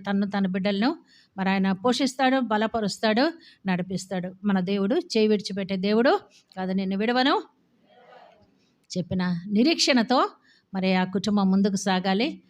విత్తబడిన వాక్కులు బట్టి దేవునికి ఎంతో నేను వందనాలు చెల్లిస్తున్నాను. నమ్మకమైన నా ప్రభు నిన్నునే స్తుతింతును, నిన్నునే స్తుతింతును. నమ్మకమైన నా ప్రభు కృంగియుడు వేళలో పైకి లేవనెత్తితివి, పైకి లేవనెత్తితివి. భంగపరచు సైతాను గెలిచి విజయమిచ్చితివి. భంగపరచు సైతాను గెలిచి విజయమిచ్చితివి. నమ్మకమైన నా ప్రభు నిన్నునే స్తుతింతును, నిన్నునే స్తుతింతును. నమ్మకమైన నా ప్రభు. అందరం కూడా కళ్ళు మూసుకుందాం. చివరిగా పాస్టర్ శామ్యూల్ ప్రార్థన ఆశీర్వాదంతో ముగించుకుందాం. ప్రార్థన చేద్దాం. ప్రేమగల తండ్రి, దయగల గొప్ప దేవ, మీకు వందనాలు స్తోత్రాలు చెల్లించుకుంటున్నాం. మరొకమారు ఈ యొక్క మధ్యాహ్నం మీ సన్నిధిలో చేరి నీ బిడ్డలందరూ కూడా మిమ్మల్ని ఆరాధించి మహింపరచడానికి మాకు ఇచ్చిన సమయాన్ని బట్టి స్తోత్రాలు. సేవకులతో పాటు ఆయన నీ బిడ్డలందరినీ నడిపించినందుకు స్తోత్రాలు. ఒక్కొక్కరిని మీరు పేరు పేరున దీవించండి. వారి కుటుంబాల కొరకు ప్రార్థన చేస్తున్నాం, వారి సేవ కొరకు ప్రార్థన చేస్తున్నాం, వారి జీవితం కొరకు ప్రార్థన చేస్తున్నాం, వారి విశ్వాసాన్ని కొరకు ప్రార్థన చేస్తున్నాం. యేసుక్రీస్తు శిష్యరికంలో క్రీస్తు శిష్యునిగా ముందుకు వెళ్ళడానికి వారికి మీరు అనుగ్రహించిన శక్తి బలాన్ని బట్టి స్తోత్రాలు. మీ హస్తం వారికి తోడుగుంచి నడిపించండి, మీ కృపలో భద్రపరచమని ప్రార్థన చేస్తున్నాం. మరొకసారి ఈ లోక మాలిన్యం అంటుకోకుండా పరిశుద్ధంగా జీవించడానికి మీరు బలపరిచే మీ శక్తిని బట్టి స్తోత్రాలు. నీ బిడ్డలతో మీరుండమని ప్రార్థన చేస్తున్నాం. వాక్యం అందించిన మీ దాసురాల కొరకు ప్రార్థన చేస్తున్నాం. వారితో కుటుంబంతో మీరుండమని ప్రార్థన చేస్తున్నాం. ఈ లోకం అశాశ్వతమైనది, అలాంటి లోకంలో మేము జీవిస్తున్నాం. మా దృష్టి, మా ఆశ, మా కోరిక, మా జిజ్ఞాస మీ రాజ్యం మీద. కనుక ఈ లోకంలో జీవించే మేము మీ రాజ్యం వైపు చూస్తూ మీ రాజ్యాన్ని అకలింపు చేసుకోవడానికి, చూడని అదృశ్యమైన రాజ్యం గురించి ఆశ కలిగి ఉండడానికి మీ కార్యం జరిగించమని ప్రార్థన చేస్తున్నాం. మరొకసారి ప్రతి బిడ్డను దీవించమని, ఆశీర్వదించమని, మీ మేలుతో తృప్తిపరచండి. మీకే స్తోత్రాలు. ఈరోజు జరిగించిన కూడికని బట్టి స్తోత్రాలు. ఈ లోకమంతా పాపంతో, చీకటితో ప్రభువా లోకంలో ముందుకు వెళ్తుండగా, ఒక భయంకరమైనటువంటి పరిణామాల మధ్య అస్తవ్యస్తంగా ఉంటుండగా మీ కార్యం జరిగించమని ప్రార్థన చేస్తున్నాం. మరొకసారి నైతిక విలువలు కోల్పోయినటువంటి స్థితిలో లోకం తచ్చాడుతుండగా మీ కార్యం జరిగించండి. మీ హస్తం తోడుగుంచమని ప్రార్థన చేస్తున్నాం. సిలువ వైపు దృష్టి పెట్టేటువంటి మనసు మాక్యమని ప్రార్థన చేస్తున్నాం. అలా కల్లోలమైనటువంటి పరిస్థితుల మధ్య మిమ్మల్ని కలిగి, మిమ్మల్ని ప్రేమించి మీ శిష్యునిగా, మీ శిష్యురాలుగా బ్రతుకుటకు మీ కార్యం జరిగించమని ప్రార్థన చేస్తున్నాం. మరొకసారి ఈ సమయాన్ని బట్టి స్తోత్రాలు. ఇది భోజనం ఏర్పాటు చేసిన బిడ్డల కొరకు ప్రార్థన చేస్తున్నాం. దీవించండి, ఆశీర్వదించండి, మీ కృపలో భద్రపరచండి. సహకరించిన బిడ్డలు బట్టి స్తోత్రం. మరొకసారి ఈ యొక్క ప్రత్యేకమైన సమయంలో మీ కార్యం జరిగించి మీ హస్తం తోడుగుంచి నడిపించినందుకు స్తోత్రం. వాక్యాన్ని ప్రేమించి మీ సన్నిధికి వచ్చిన బిడ్డలు బట్టి స్తోత్రం. మరొకసారి వారి జీవితంలో మీ కొరకు పరిశుద్ధమైనటువంటి జీవితం, ప్రార్థన జీవితాన్ని కలిగి మీరు అక్కడ కొరకు సిద్ధపడేటువంటి ఆత్మీయ అనుభవం బిడ్డలకి ఇమ్మని ప్రార్థన చేస్తున్నాం. మరొకసారి సమయాన్ని దీవించమని, ఆశీర్వదించమని, మీ కృపలో భద్రపరచమని, మీరు చేసిన మేలు బట్టి స్తోత్రం. ఎక్కడున్నా ఏ స్థితిలో ఉన్నా నీ కొరకు నమ్మకంగా జీవిస్తూ మీ శిలువ వైపు దృష్టి పెట్టి ముందుకు వెళ్ళడానికి సహాయించమని ప్రార్థన చేస్తున్నాం. మరొకసారి ప్రతి బిడ్డతో మీరు ఉండమని, కాపాడమని, కనుకరించమని మీకు స్తోత్రాలు చెల్లిస్తూ మమ్మల్ని మేము తగ్గించుకుంటూ మిమ్మల్ని హెచ్చిస్తూ మా ప్రభువును రక్షకుడైన యేసునామమున ప్రార్థించి వేడుకొంచున్నాం తండ్రి. ఆమేన్. మన తండ్రి అయిన దేవుని యొక్క ప్రేమ, ప్రభు అయిన యేసు కృప, పరిశుద్ధాత్మ దేవుని అన్యోన్య ప్రేమ సహవాసం ప్రత్యేక బిడ్డలకు మీ వైపు చూస్తూ ముందుకు వెళ్తున్న ప్రతి నీ బిడ్డకు ఇప్పుడు ఎల్లప్పుడు సదాకాలం ఆయన కృప ఎల్లప్పుడు తోడైండి నడిపించును గాక. ఆమేన్. చాలునయ్యా చాలునయ్యా నీ కృప నాకు చాలునయ్యా చాలునయ్యా చాలునయ్యా నీ కృప నాకు చాలునయ్యా నీ కృప నాకు చాలునయ్యా.